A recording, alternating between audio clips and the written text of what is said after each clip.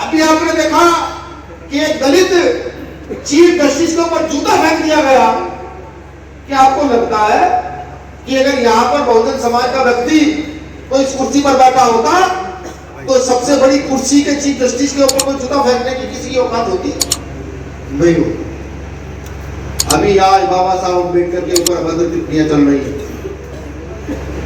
जब जब आप अपनी शासन सत्ता की मांग करोगे तब तक वो आपकी जाति को लाकर सामने खड़ा कर देंगे। तब तक आपकी जाति सामने खड़ी होगी। जब जब तुम्हारा शासन दूर होगा तुम दूर तक धकेलते हुए चले जाओगे। काशीराम साहब ने उन्हीं 6,767 जातियों को एकजुट करके किसी हिंदू को किसी मुसलमान को एकजुट नहीं किया, किसी जाति के व्यक्ति को एकजुट नहीं किया। उन्होंने किया यहाँ के शोषितों को, यहाँ के वंचितों को, यहाँ के मजदूरों को, यहाँ के किसानों को, उन सबको एकजुट कर कर जो 6,767 जातियों में बटे हुए थे उन सबको बल मुट्ठी लाकर एकजुट करके इकट्ठा किया और कहा कि मेरे बहुजन समाज के लोगों, अगर अपनी समस्याओं का समाधान चाहते हो तो अपने दल का निर्माण करो, अपनी समस्याओं का समाधान चाहते हो तो अपने बल का निर्माण करो, अपनी समस्याओं का समाधान चाहते हो तो अपनी शासन का निर्माण करो, तब तुम्हारी सब समस्याओं का समाधान हो सकता है। लेकिन शासन कैसा, ये बड़ा सवाल आप लोगों के मन में होगा, मेरे भी मन में रहता है कि शासन कैसा। आप समझिए कि एक ताकतवर और एक कमजोर में कभी फैसला नहीं हो सकता। अगर यहाँ मुजफ्फरनगर में कोई बहुत बड़ा पूंजीपति, बहुत बड़ा कोई नेता है और एक रिक्शा वाला उससे टकरा जाए तो रिक्शा वाले को हाथ जोड़कर माफी मांगनी पड़ती है, चाहे उसे विधायक की या फिर पैसे वाले की गलती कोई क्यों ना हो। इसी के खिलाफ काशीराम साहब थे, इसी के खिलाफ डॉक्टर अम्बेडकर का पूरा आंदोलन रहा। यहां ऐसा नहीं है। यहां शासन है उन लोगों को चाहिए जो न्याय की बात कर सकते हो, तो जो अपना न्यायिक चरित्र दिखा सकते हो। क्या मौजूदा समय में न्यायिक चरित्र दिखाई देता है? क्या यहाँ मुसलमानों को बिना गलती के मारा पीटा जा रहा है? नहीं पीटा जा रहा है। क्या यहाँ दलितों के बच्चे जेल जा रहे हैं? नहीं जा रहे हैं। पिछड़े समाज के लोग पढ़े ही बीजेपी में जाकर ये कहते हो कि नहीं हम संरक्षण कर रहे हैं अपने समाज का। क्या पिछड़े समाज के लोगों को कोई बोलने का अधिकार है, अपनी समस्या रखने का अधिकार है कि नहीं? और अगर नहीं है तो विचार करो कि सबसे पहले इस देश का तब तक बहुजन सशक्त नहीं होगा तब तक हम इस देश में सर्वजन की बात नहीं कर सकते। जब तक यहाँ का मजदूर किसान उठ खड़ा होकर अपने आप को सुरक्षित महसूस नहीं करेगा तब तक हम यहाँ सर्वजन की बात नहीं कर सकते।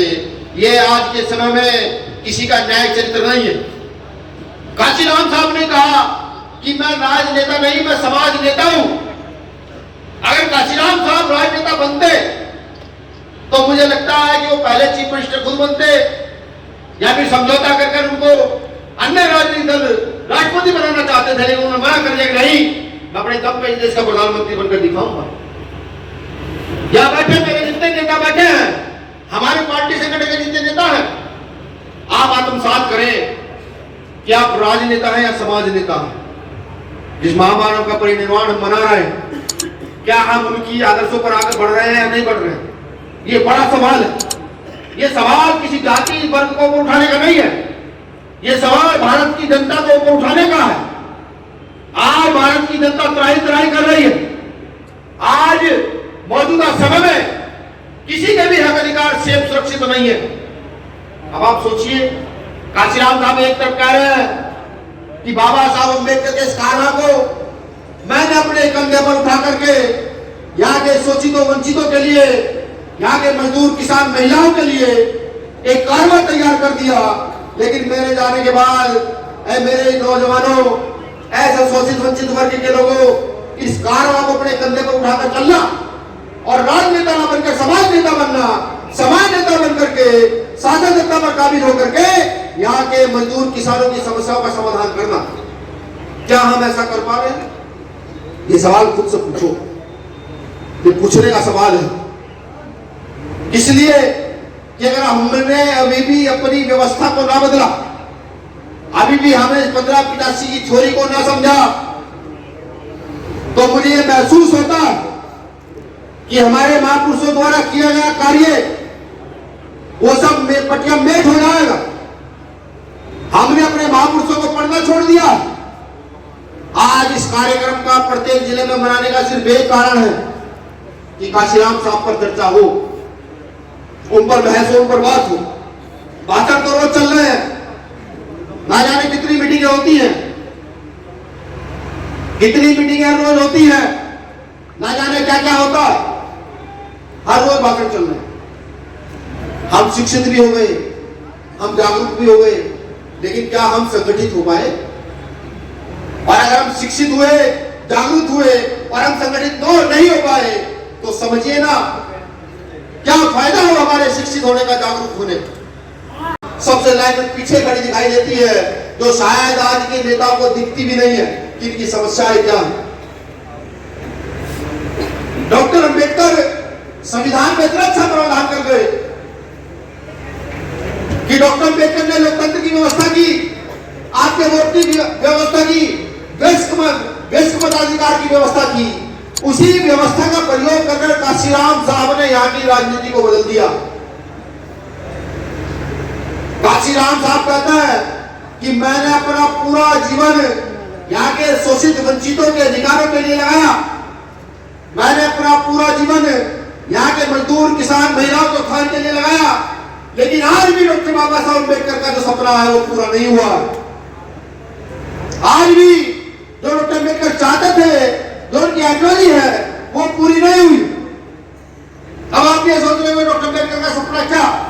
डॉक्टर अम्बेडकर का सपना ये कि हर किसान वर्ग का व्यक्ति, मजदूर वर्ग का व्यक्ति, हर बहुजन समाज का व्यक्ति अपने आप को बराबरी में महसूस कर सके, अपने आप को मजबूत कर सके।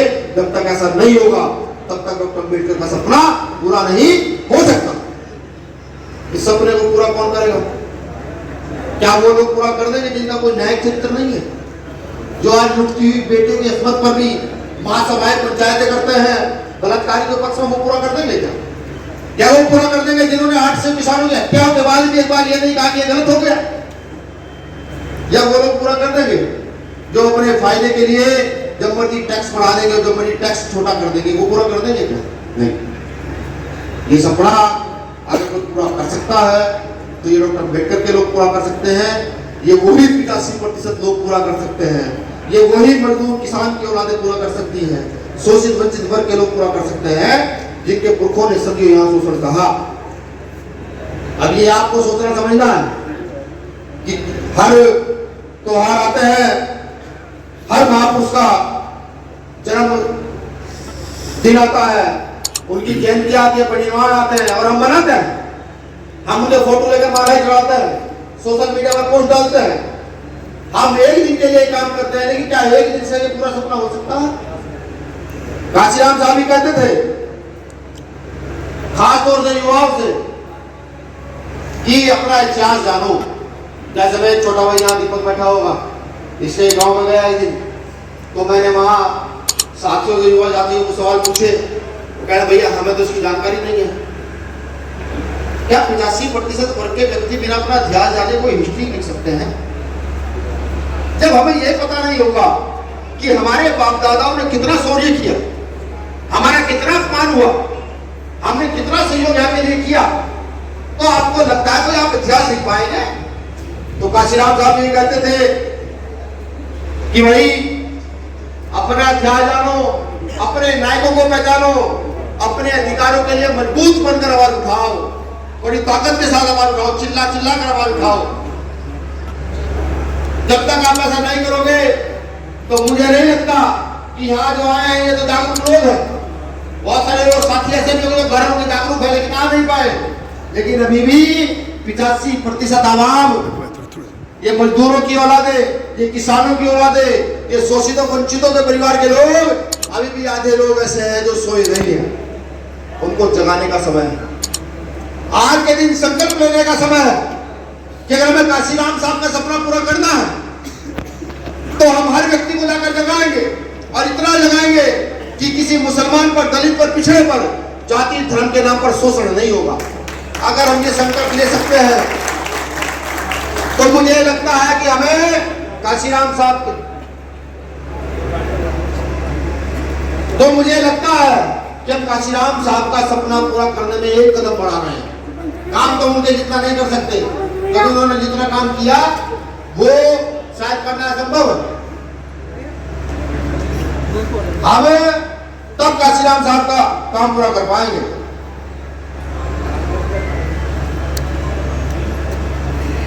एक चीज और काशीराम साहब ने कही, बात बुरी है, हो सकता है आपको चुप जाए। बहुत सारे साथी ऐसे भी होंगे जो अब तक बहुजन आइडियोलॉजी से दूर रहे होंगे। ये राजनीति सुख का साधन नहीं आपका, ये वोट आपका हथियार है। कैसा हथियार? ये वोट वो हथियार है कि जिसका प्रयोग करके आप हर शक्ति का निर्माण कर सकते हैं, हर ताकत का निर्माण कर सकते हैं जिसका प्रयोग करके। और अगर आप अपने वोट को बेचते हो, अपने वोट को लालच में देते हो, तो समझो आप अपने घर की अस्मत को बेच रहे हो। ये काशीराम साहब ने कहा था। तो ये भी हमें ध्यान रखना है कि वोट जो हमारी नस्लों के उत्थान का एकमात्र संसाधन इस देश में है, एकमात्र संसाधन, अगर हमने इसका भी सही प्रयोग न किया, इसका भी गलत प्रयोग कर दिया, तो समझिए हम नहीं, हमारी नस्लें बर्बाद होंगी। और जब नस्लें बर्बाद होंगी तो इतिहास छोड़िए, कुछ नहीं बचता, भूगोल भी नहीं बचता, कुछ भी नहीं बचता है। तो इस वोट की ताकत को भी समझो और ये संकल्प लो कि हम इस वोट की ताकत को घर घर जाकर बताएंगे, समाज को समझाएंगे, हर गरीब मजदूर किसान को बताएंगे कि आपकी ताकत इस वोट में है। मेरे कहने का मतलब यह है कि अगर आपको किसान के लिए योजना बनानी हो तो कृषि मंत्री आपका होना चाहिए, तब योजना बनाइए। अगर आपको शिक्षा का एकीकरण करना हो तो एजुकेशन मिनिस्टर आपका होना चाहिए, तब एजुकेशन का कोई बिल पास हो सकता है। और चिकित्सा का कोई काम करना हो तो आपका चिकित्सा मिनिस्टर का होना चाहिए, स्वास्थ्य मंत्री आपका होना चाहिए, कोई काम हो सकता है।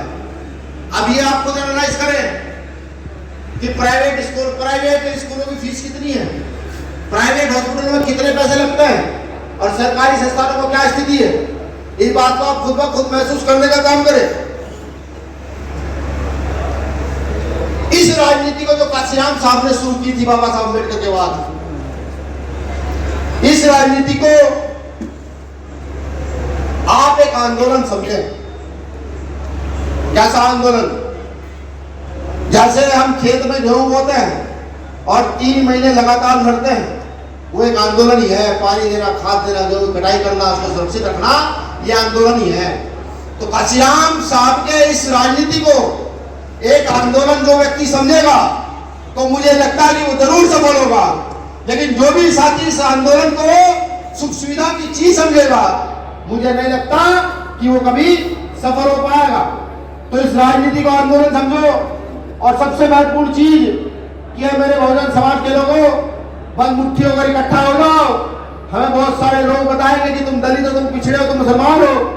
बहुत सारे लोग बताएंगे कि तुम सिख हो, तुम ईसाई हो, तुम बौद्ध हो। ये लोग बताने आएंगे, लेकिन जिस दिन आपकी जुबान पर ये नाम चढ़ गया कि ये तो हो सकते हैं, लेकिन इससे पहले हम सबसे पहले बहुजन हैं, उस दिन यहाँ की सत्ता व्यवस्था को बदल कर रख दिया जाएगा। तो मैं यही कहना चाहता हूं, काशीराम साहब की स्पीचें पढ़ी जाएंगी तो नई से नई चीज आएगी, लेकिन उनका एक ही नारा याद रखो कि जिसकी जितनी संख्या भारी उसकी उतनी हिस्सेदारी। और इस देश में मजदूरों की, किसानों की, दलितों की, पिछड़ों की, मुसलमानों की संख्या सबसे ज्यादा है। और जब संख्या हमारी सबसे ज्यादा है तो हमें अपना हिस्सा चाहिए, वो चाहे लड़ कर देना पड़े, चाहे मर कर देना पड़े, तो इससे हम नहीं कर रहे। ये बात अपने मन में बिठा दो। ये बात जब तक नहीं बिठाओगे तो ये शोषण लगातार चलता रहेगा। कुछ पार्टी की तरफ से भी एक संकल्प पत्र मुझे दिया गया है, शायद मुझे राष्ट्रीय कार्यालय से ये इशू हुआ होगा पूरे देश के लिए, ये भी मुझे पढ़ना है, तो मैं इसे पढ़ दूं। ये भी 2 मिनट का काम है, सब लोग गौर से सुने। जय भीम, जय संविधान, जय भारत। बहुजन समाज के महानायक माननीय काशीराम जी के 19वें परिनिर्वाण दिवस पर सम्मानित साथियों, बहुजन समाज को हजारों वर्षों तक राजतंत्र व्यवस्था के कारण, गुलाम जैसी जिंदगी जीने के कारण प्रत्येक क्षेत्र में पिछड़ना पड़ा।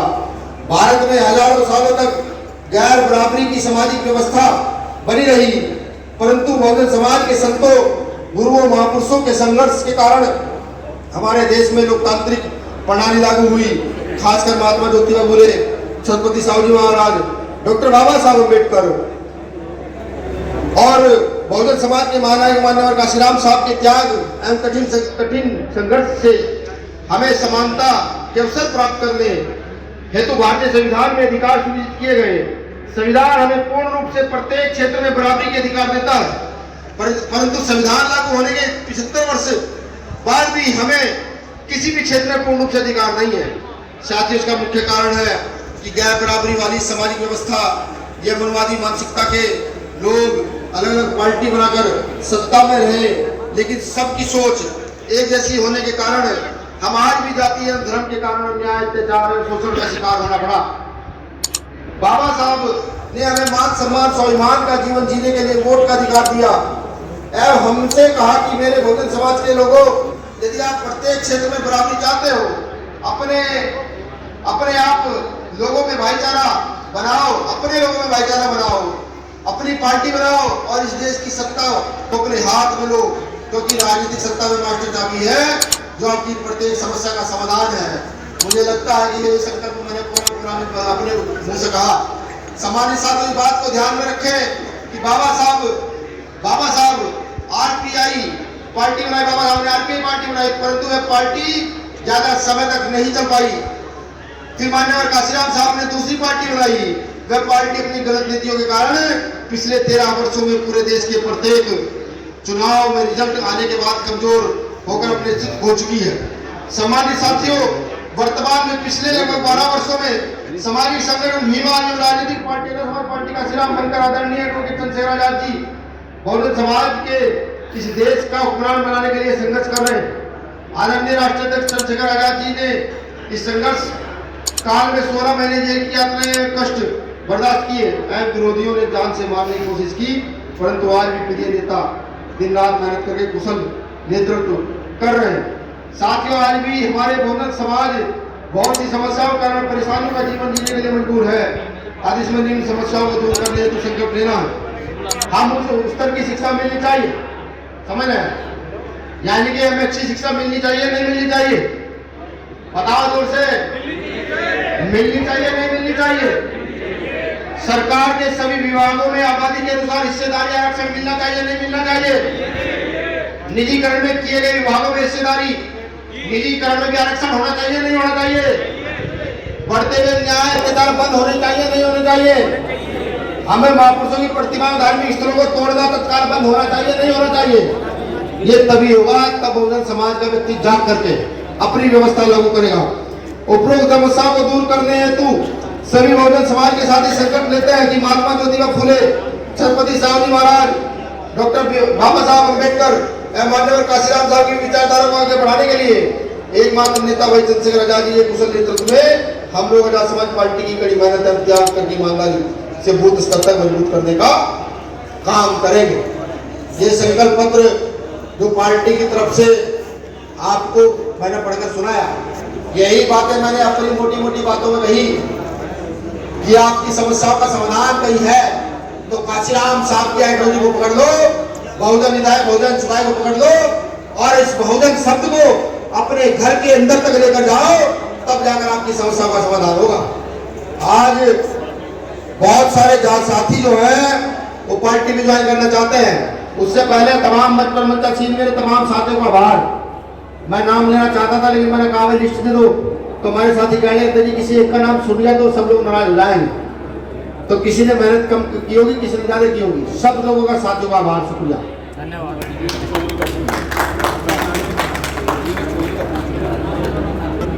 मैं चाहता हूँ यूनिट चौधरी एडवोकेट के साथ बहुत सारे साथी आए हैं। ये पूरी लिस्ट आप पढ़ना पड़ाए सरदार, ये पूरी लिस्ट उन्हीं की है। अच्छा, कोशिश कर ले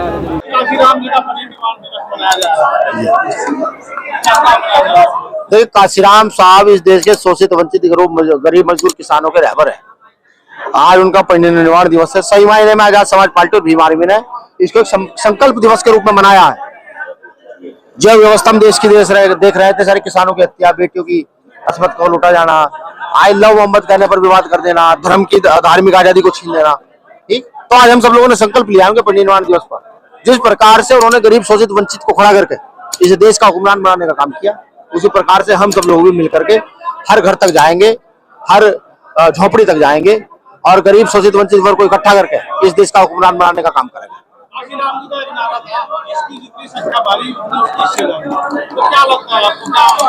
जब तक ये नारा पूरी तरीके से देश में लागू नहीं होगा, इस देश का उत्थान नहीं हो सकता। अगर आप चाहते हैं कि देश विश्व सोने की चिड़िया हो, तो ये वाला नारा लागू करना पड़ेगा। और इस नारे को लागू करने के लिए यहाँ के मनोवादी व्यवस्थित लोग नहीं होंगे। इस नारे को लागू करने के लिए काशीराम साहब के अनुयायी, यहाँ का बहुजन समाज का व्यक्ति जब कुर्सी पर बैठेगा वो उसको लागू करेगा। मायावती ने आज लखनऊ में कहा है कि चंद्रशेखर आजाद बिकाऊ है, वो क्या नाम दलितों को तोड़ने का काम कर रहे हैं। मैंने सुना नहीं अब तक उनका, सुनूंगा स्पीच क्या है क्या नहीं है।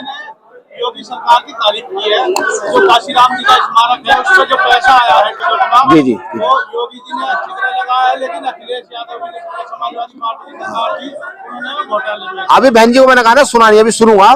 भाई लखनऊ का जो पैसा इकट्ठा होता है वो वहाँ के उद्धार के लिए लगना चाहिए। वहाँ के क्या, कहीं भी कोई भी ऐसा स्मारक है वहाँ अगर आप टिकट का पैसा ले तो वही के उत्थान के लिए लगना चाहिए। रही बहन जी ने जो चंद्रशेखर भाई की विषय बात की, मुझे लगता है बहन जी को किसी ने पदभ्रमित किया। बहन जी हमारी आदर्श है, बड़ी नेता रही है समाज की। देखिए सबकी अपनी आइडियोलॉजी होती है, ठीक है। बहन जी की आइडियोलॉजी है वो तो वो जाने, उन्होंने अपने हिसाब से बात की, हम अपने हिसाब से काम करते हैं। एक कैबिनेट मंत्री ने आपको लेकर बयान दिया था अभी कुछ दिन पहले, उन्होंने कहा कि आप यहाँ से चुनाव लड़ने आ रहे हैं, लोगों को खरीद फरोख्त शुरू कर दी, आप गाड़ी खरीदने के लिए 10 लाख रुपए टिकट के नाम पर मांगे जा रहे हैं जिला पंचायत चुनाव के चलते। क्या कहें? कौन से कैबिनेट मंत्री है? अनिल कुमार। अच्छा ये हमारी पुरकाई विधानसभा, अरे 10 लाख रुपए, भाई उनको कैसे सूचना मिली होगी। देखिए होता क्या है कि जब जब आप बहुजन आइडियोलॉजी को मजबूत करते हुए डॉक्टर अम्बेडकर की विचारधारा को आगे बढ़ाते हैं, अब क्योंकि वो मुझे लगता है कि वो दल की जिस दल में वो है, मतलब जिससे वो अभी कैबिनेट है, उस दल की विचारधारा डॉक्टर अम्बेडकर के विरोध की विचारधारा है, ठीक है। तो फिर बदनाम करने के लिए कुछ ना कुछ तो चाहिए। पंचायत चुनाव की तैयारी, मेरा आपसे एक निवेदन भी है और मैं अपील भी करता हूँ आपसे कि गांव-गांव जाकर एक बार पूछे बीमार में क्या कर रही है। वैसे हमारी चुनाव जब तैयारी बहुत मजबूत है, जो आप देखेगा जिला पंचायत अध्यक्ष जो है वो आपकी पार्टी का ना बन जाए। जिस तरह ज्वाइनिंग हो रही है जिला पंचायत के लिए तमाम दूसरे दल छोटे छोटे लोग आ रहे हैं, केवल ये वोट लेने के लिए है, ये बात तक भी रहेगा क्योंकि पिछले भी 7 जीते थे सब भाग गए। देखिए नहीं, सबका भाग्य थे, कुछ चले गए थे, भाई सरकार का प्रेशर रहा होगा, बहुत सारी चीजें रही होगी। देखिए यहाँ पे जो लोग आ रहे हैं सब जानते हैं कि आजाद समाज पार्टी हमारे यहाँ लोकतांत्रिक प्रक्रिया, यहाँ वोट का समीकरण प्लस व्यक्ति की छवि, उसकी वैल्यू, उसका काम, ये सब चीजें निर्धारित होती है। और हमारे यहाँ टिकट जो है ना वो यानी कि मैं आ जाऊं कि मैंने टिकट कर दिया, ऐसा नहीं है। हमारे यहाँ जो है ना कमेटी बनती है और वो कमेटी निर्धारण करती है टिकटों का विस्तार कैसे किया, टिकटों का वितरण कैसे किया जाएगा। मतलब पंचायत चुनाव है लेकिन टारगेट विधानसभा चुनाव का चला नहीं, हमारा तो टारगेट, हम चाहते हैं इस बार सीएम जो है वो या तो सहयोग से हो। हालांकि काशीराम साहब की आइडियोलॉजी ये कहती है कि भाई हमें सहयोग की चीजें नहीं चाहिए, हमें तो अपना पूर्व वर्चस्व चाहिए, लेकिन इस बार हमारा सही, हम चाहते हैं कि सहयोग से आजाद समाज पार्टी यहाँ से सीएम बने। और अगर आजाद समाज पार्टी के आप देखिएगा बिना सहयोग के पिछली बार सीएम नहीं बन पाया, आजाद समाज पार्टी का सहयोग होता तो सीएम कोई और होता, समझ रहे? तो इस बार भी ऐसा ही होगा। 27 में गठबंधन की क्या? मैंने तो कहा, मैं तो चाहता हूँ कि भाई ये लोग पुराने दल हैं, ये अपना दिल बड़ा करें, भारतीय जनता पार्टी को भगाने के लिए सहयोग करें, हम तैयार हैं हर तरीके से। कार्यक्रम हुआ है, क्या कार्यक्रम आ जाएगा? आज जो मान्यवर काशीराम जी की परिनिर्वाण दिवस था, तो उस पर हमने यहाँ पर 19वां वो परिनिर्वाण दिवस तो मनवाया है यहाँ पर। और यहाँ पर मुख्य अतिथि के रूप में माननीय राष्ट्रीय अध्यक्ष जी विनय रतन जी यहाँ पर आए हुए थे। और यहाँ पर मुजफ्फरनगर की पूरी जनता जो हर समाज से था, वो बहुजन समाज यहाँ इकट्ठा होकर काशीराम जी को श्रद्धांजलि दी। अगर राष्ट्रीय लोकदल छोड़कर कुछ नेता भी ज्वाइन किए? देखो जिस तरीके से कारवा आजाद समाज पार्टी का बढ़ रहा है, जिस तरीके से एडवोकेट चंद्रशेखर भाई यहाँ की लड़ाई लड़ रहे हैं, शोषित की लड़ाई लड़ रहे हैं, वंचित की लड़ाई लड़ रहे हैं, जिस पर अत्याचार हो रहा है उनकी लड़ाई लड़ रहे हैं, इस तरीके से सभी पे अत्याचार हो रहा है। जो लोक दल में है उन पे भी अत्याचार हो रहा है। वो किसी दबाव के कारण नहीं बता रहे, लेकिन जब उन्हें मौका मिल रहा है वो आज़ाद समाज पार्टी पा रहे हैं, वहाँ उनको बोलने का मौका मिल रहा है, अपनी बात कहने का हक मिल रहा है।